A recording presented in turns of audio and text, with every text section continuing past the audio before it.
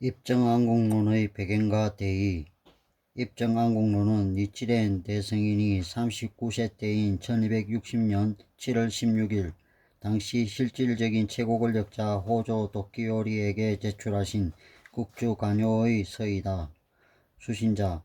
당시 호조 도끼오리는 식현을 사임하고 출가하여 사이묘사입도라고 불렀는데 독구소로서 막부의 실질적인 실권을 쥐고 있었다.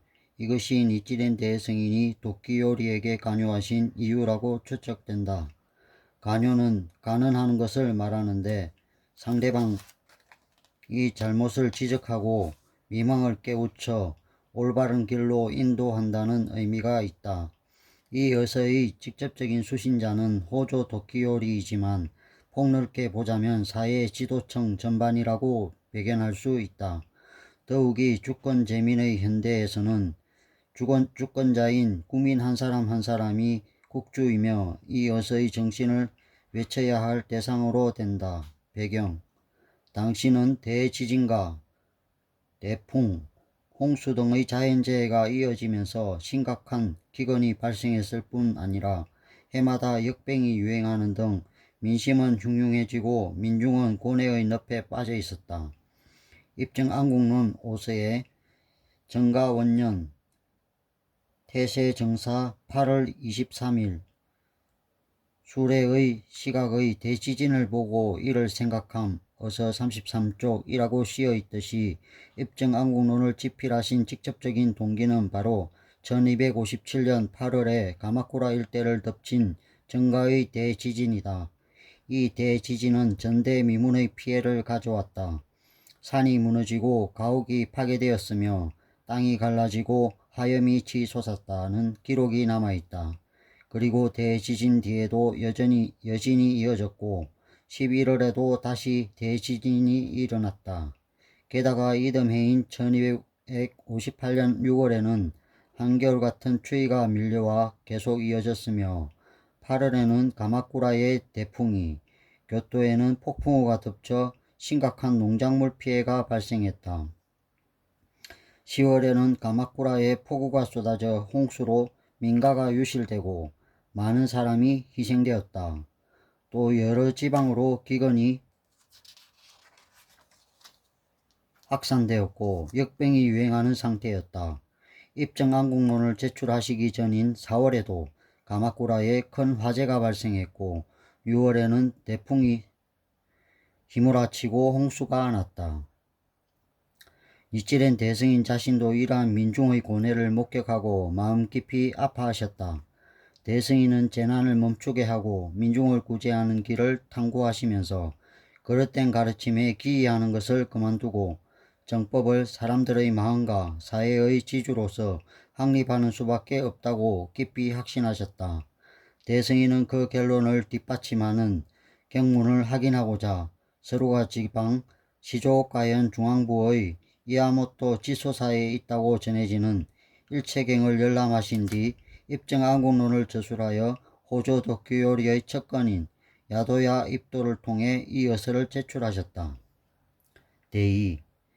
신문구답의 문답. 입정안국론은 나그네와 주인이 나누는 신문구답의 문답 형식으로 전개되는데 이 문답에서 주인은 그릇된 가르침에 집착하는 나그네에게 논리정연하게 진실을 설에 나타낸다. 이 문답은 나그네 호조 도끼오리를 상정한 인물과 재난이 잇따르는 현실을 한탄하면서 시작된다. 그러자 주인 니치렌 대성인을 상정한 인물이 사람들이 정법을 배반하고 악법을 믿는 것이 재난의 원인이라고 말한다. 그리고 재난의 원흉으로서 당시 특히 융성하던 연부를 강하게 파질하고 저 만기를 수행하기보다는 이 일용을 금해야 할 것이로다. 어서 24쪽 라고 말하면서 금지를 촉구한다. 나아가 이대로 방법의 가르침에 집착한다면 경전에 나오는 7난 중에서 아직 일어나지 않은 자계 반역난과 타국 침핍난의 2난이 일어난다고 경고하고 그대는 빨리 신앙의 촌심을 고쳐서 속히 실성의 일선에 기할지어다. 어서 32쪽 라고 말하면서 실성의 일선에 기하라고 촉구한다. 그러자 마지막에 나그네는 방법의 가르침을 버리고 묘법에 기하겠다고 맹세하는데 이 맹세의 말이 그대로 입증안국론 전체의 결론이 된다. 입증안국에 관해 입증안국은 정을 세워 나라를 안穏게 한다는 의미이다. 입증은 안국의 근본 조건이고 안국은 입증의 근본 목적이다. 입증이란 정법을 세우다. 요컨대 정법 유포이고 일체 중생의 성불을 가능케 하는 묘법에 대한 믿음을 사람들의 흉중에 확립하여 법화경에서 기결되는 생명존엄, 인간 존중이라는 천리를 사회의 기본 원리로 삼는 것이다. 또 입증이란 파사현정이기도 하다.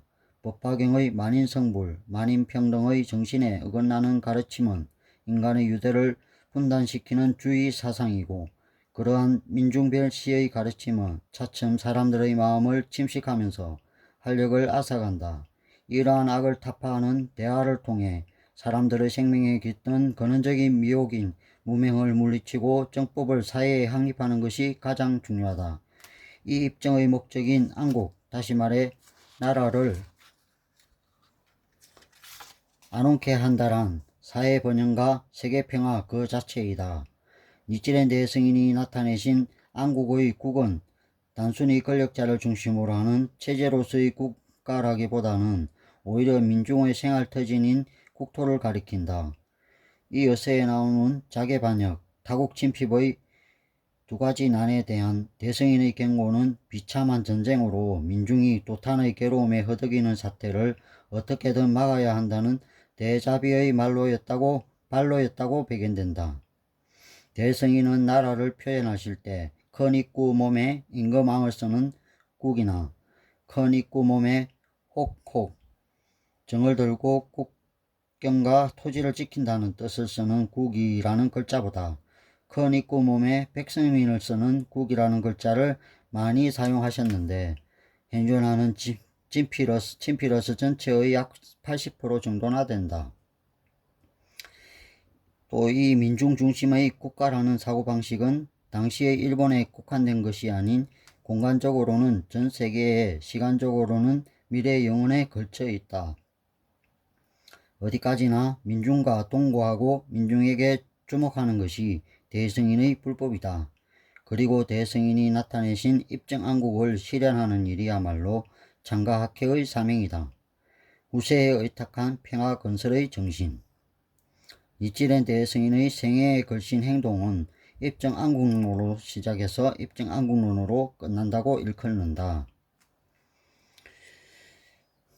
막부와 기성종교 세력으로부터 대승인이 본격적으로 박해를 받게 되신 계기도 입증안국론 제출이었다.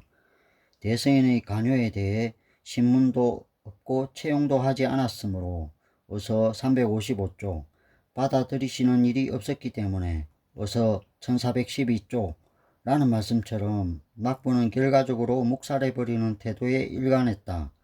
혼연의 연부를 강하게 파지라는 입증안국론이 제출되고 얼마 뒤 대승인이 계신 초암이 연불자에게 습격당하는 박해 마스바가야스 범난이 일어났다. 또 이듬해 1261년 5월 대승인은 막부의 처분을 받아 이제에 유배되셨다. 1263년 2월에 사면 1264년 11월에는 고향인 아와에서 지두 도조 가게노부의 군사에게 습격받아 동행하던 문화 중에서 사망자가 나왔고 대승인도 이마에 상처를 입고 왼손이 골절되셨다. 고마스 바라범난 이처럼 목숨마저 위태로운 박해를 몇 번이고 받으면서도 입증안국을 위해 투쟁하는 대승인의 각오는 흔들리지 않으셨다. 몽고에서 국서가 도착한 1268년 대승인은 다시 간요를 위해 붓을 잡으셨다. 그것이 안국론 의감유래이다. 그리고 같은 해에는 호조 도키오리의 아들이자 당시 식견이던 도키문에 그 이하의 헤이노 사에모노조 요리스나 등 막부의 요인 고쿠라쿠사 료칸을 비롯해 가마쿠라에 있는 여러 대형 사찰의 승려들까지 이렇게 총 11개수의 서장 11동 어서를 보내며 공장 대기를 촉구하셨다. 이렇게 대승인의 의연하신 행동에 대해 재종은 참은 그 집 밀고로 막부를 움직였는데 그것이 1271년의 다스노구치 범람과 사도유재라는 대박해로 이어진다.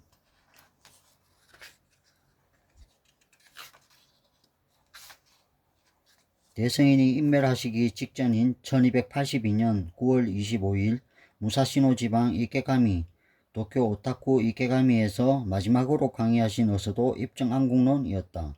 입증안국론이야말로 대승인 자신이 가장 중요시하면서 다른 어서에서도 몇 번이고 언급하신 어서이다. 예를 들면 사도초, 종종 어진무 어서에서는 입증안국론을 강요하고 이난을 경고한 것에 대해 백낙천의 악부보다도 뛰어나고 부처의 미래기보다도 못하지 아니하니 어서 909쪽라고 말씀하셨다. 또 1226년 이후에 강요하실 때에도 입증안국론을 첨부하셨고 후세에 남기는 배려 차원에서도 대승인은 입증안국론을 직접 몇 번이고 깨끗하게 옮겨 적으셨다.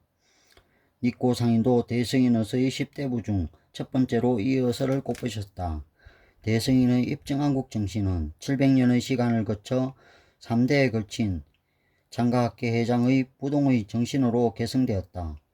제2차 세계대전이 한창일 때 초대 회장 마케구치 스네사부로 선생님은 군부 정부의 탄압과 맞서 싸우다 입증안국의 신념에 목숨을 바치고 옥사하셨다. 마케구치 선생님과 함께 투옥되어 전쟁이 끝난 뒤의 불타버린 들판에 홀로 서신 제2대 회장 도다 조세이 선생님은 고뇌에 허덕이는 민중에게 대불법을 넓히고 창가학회를 크게 발전시켰다. 그리고 제3대 회장 이케다 다이사코 선생님은 민중 세력의 대두를 두려워하는 권력의 마성이 박해를 가하자 정면으로 그와 맞서 싸우면서 혼미한 현대를 비추는 희망의 철학을 전 세계로 넓히셨다.